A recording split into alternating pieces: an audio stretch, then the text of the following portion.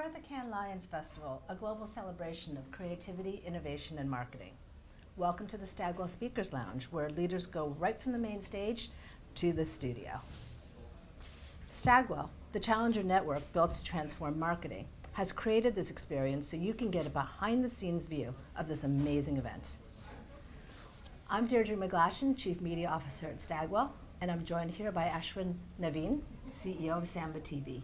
Welcome, Ashwin. Thank you, Deirdre. Nice to be here. We're going to jump right into the questions. Sounds great. Great. So we're here at Cannes, and everyone seems to be talking about measurement. Now, we've been talking about measurement for years. I think we finally, as an industry, admitted that a single currency is just not viable. So what does a future multi-currency landscape look like?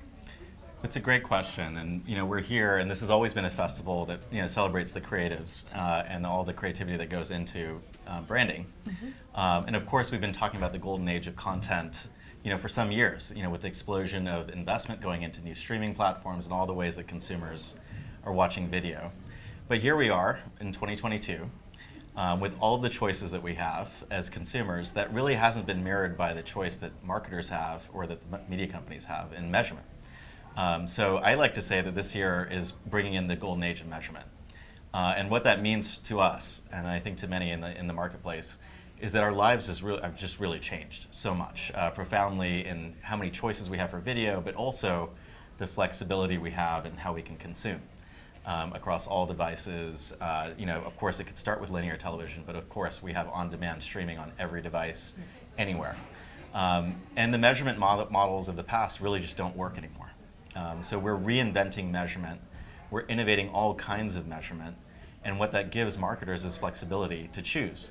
What's the measurement that's the most truthful, to the marketer? Mm-hmm. And of course, which one connects most directly to the outcomes that we're trying to drive with marketing? And what I think that presents is the marketplace, not only for the marketers to choose, but also for the publishers to sort of meet the marketers where their needs lie.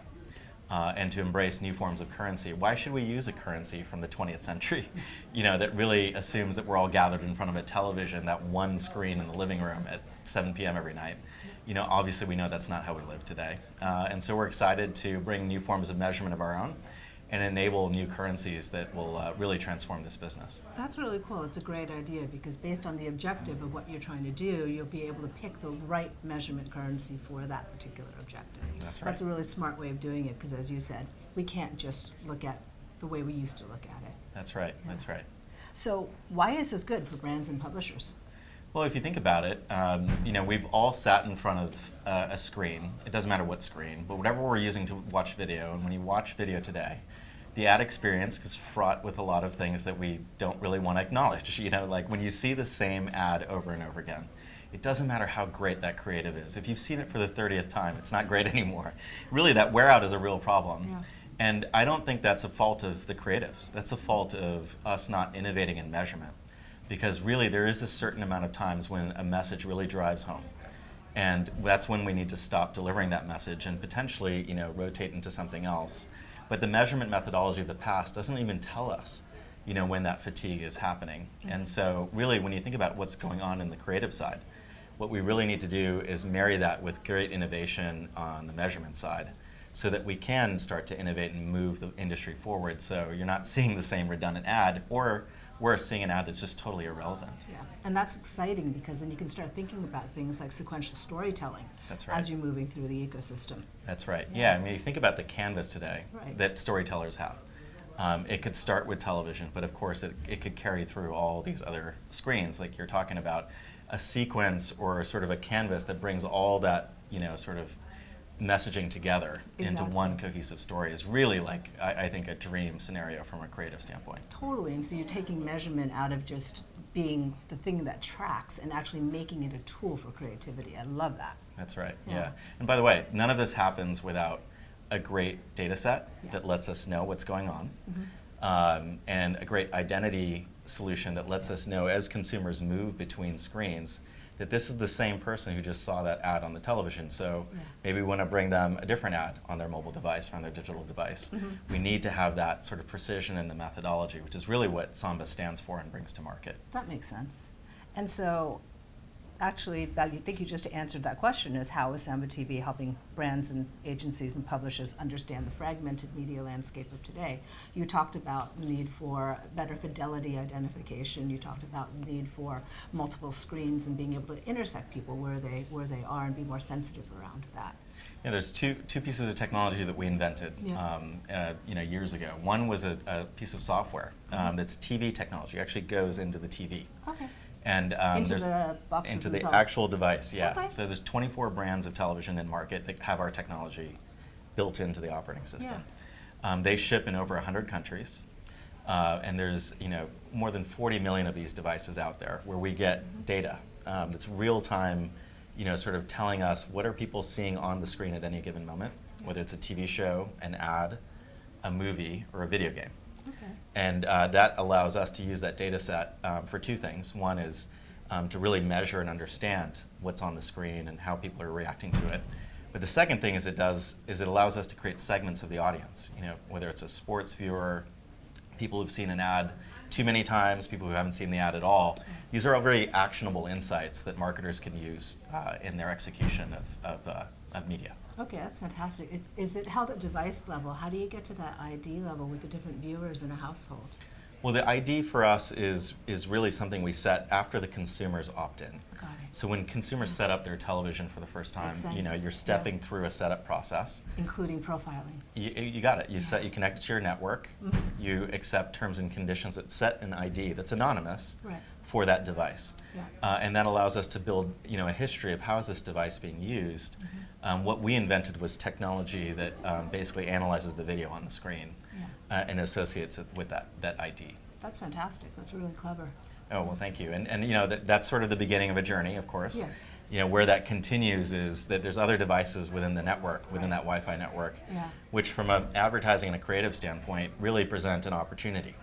Like, how do you build a story that is really continuous, or as you said, sequential from one screen to the next? And that's really the foundation that we would love to see people use our platform for. Absolutely, because you're looking at individual profiles as well. You can tailor those things as they move around your ecosystem, their screen ecosystem. You bet. Yeah. You bet. So let's talk about the new fronts. So Samba TV just completed its first new front presentation. What were your key takeaways from the new fronts and the upfronts this year? What changed, and what will change further as we move forward? Well, as you know, the new fronts happen around the upfronts. Yep. Upfronts have always been a big ticket event. Yep. Major media companies presenting their television slate.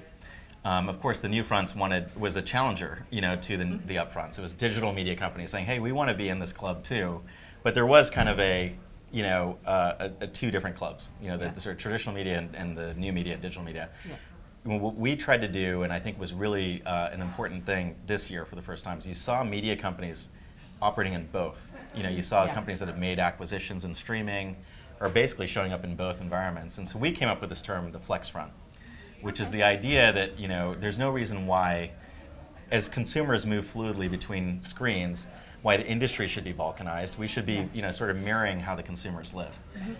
So what we were doing, we're not a media company, we're a data company at the heart and a TV technology company. Why were we there at the new fronts? Well, our opportunity and why we were invited by the IAB is to really share our insights with the marketplace. And the IAB was kind to invite us. It really started with an insight that we've seen really pronounced today, which is that 95% of linear television budgets only reach 55% of the audience. Wow. So think about the concentration among that group, which is the heavier TV viewer. Right. That means there's 45% of the people who are underexposed or might not be exposed at all. Yeah. And you've only got a small handful of the budget left to reach those people. What we're trying to do is help marketers that find themselves overexposing people to traditional TV and finding an easy way for them to start to embrace all the screens holistically. And we actually invented a new form of currency for this. It's called iCPM. Okay. Incremental CPM. Okay, yeah. And the idea here is really simple. If somebody's seen TV advertising and you want to bring digital advertising to the market, there's no reason to hit the same people with the same ad. Use digital media to reach the people who have not seen TV advertising. And we only charge for that audience. It's a guaranteed incremental audience, which is a segment of the population that we're happy to make available. and I think I can see your technology also being really useful to publishers because we have so many traditional publishers moving into the streaming world, and that would really help them bridge their two properties because You right bet. now, as you know, never the twain shall meet oftentimes. It's so true. I mean, when you think about it as a marketer, why should you, buy on GRPs over here, Yeah. buy on CPMs over here, and not know what the overlap is? Right, exactly. Or and even worse, buy on GRPs over here and buy on audiences over here. Right. Yeah. Like why wouldn't you want the precision across exactly. everything? And then of course the holistic measurement. Yeah. Some great media companies, that presented this year include Disney. They've really pushed the envelope on cross-platform. Obviously They because really they have. Yeah. I think they don't get enough credit, for really just how innovative they've been with their acquisitions. But now that they own Disney Plus, ESPN Plus, Hulu, plus all the traditional platforms of ABC, ESPN, et cetera, they needed someone who could bring all of that together and count accurately how many impressions that represents and how many people does that reach. So we were thrilled to be part of their showcase as well. That's great. Basically their tech showcase highlighted how they can now accurately count all of the impressions, that Disney has, and then layer on audience and attribution. That's great. Powered by Samba. Yeah, I agree with you. They've come out of the gate really strong with Disney Plus, and it's really been transformational for their company. Yeah, and now Netflix, of course, is Exactly. announcing its own solution, but they've still got to build it. Right, exactly. Disney is in market right now. Yeah, that's amazing. So let's move on to first-party data. And what role does first-party data have in shaping the future of measurement? I think it's absolutely critical. When you think about what gave advertising stability for 70 some years, it's that there was a company called Nielsen in the U.S. and of course there's sort of an equivalent in other markets. But they went out to consumers. They had about 40,000 in their panel, paid them to put a device in their living room so they could collect data.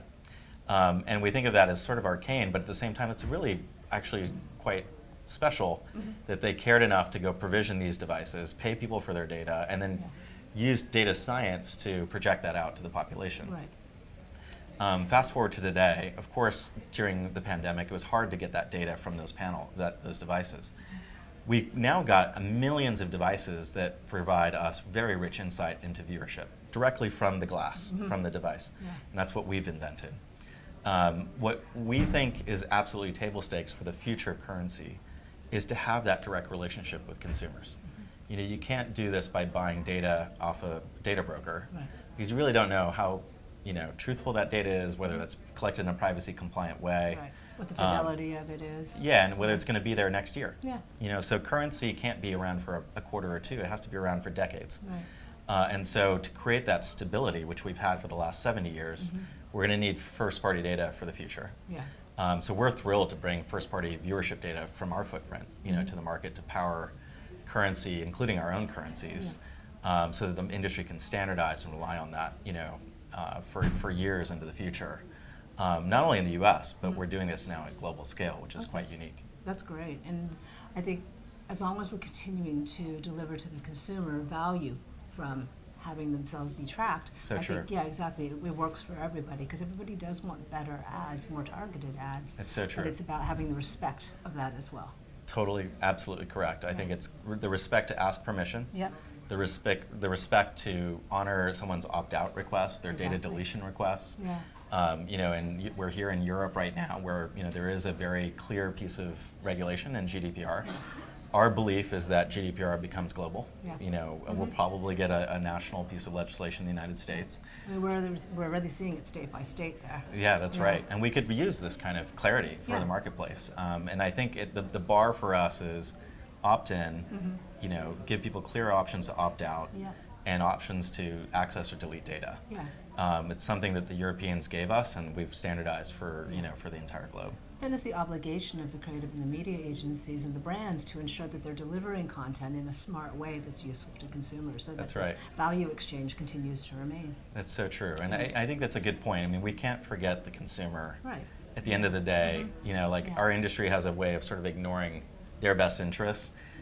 We ought to put them back at the center of everything. Exactly. And just say, look, if it's not delivering a better viewing experience for the consumer, then really maybe we should move on to something else. Exactly. And that's where the creativity comes in, and that's where it gets really fun. Yeah, Yeah. absolutely. Absolutely. Cool. Well, thank you so much, Ashwin. It was really nice chatting with you. Yeah, it's a pleasure. Yeah, thanks for having us. Thanks for joining us at the Stagwell Content Studio.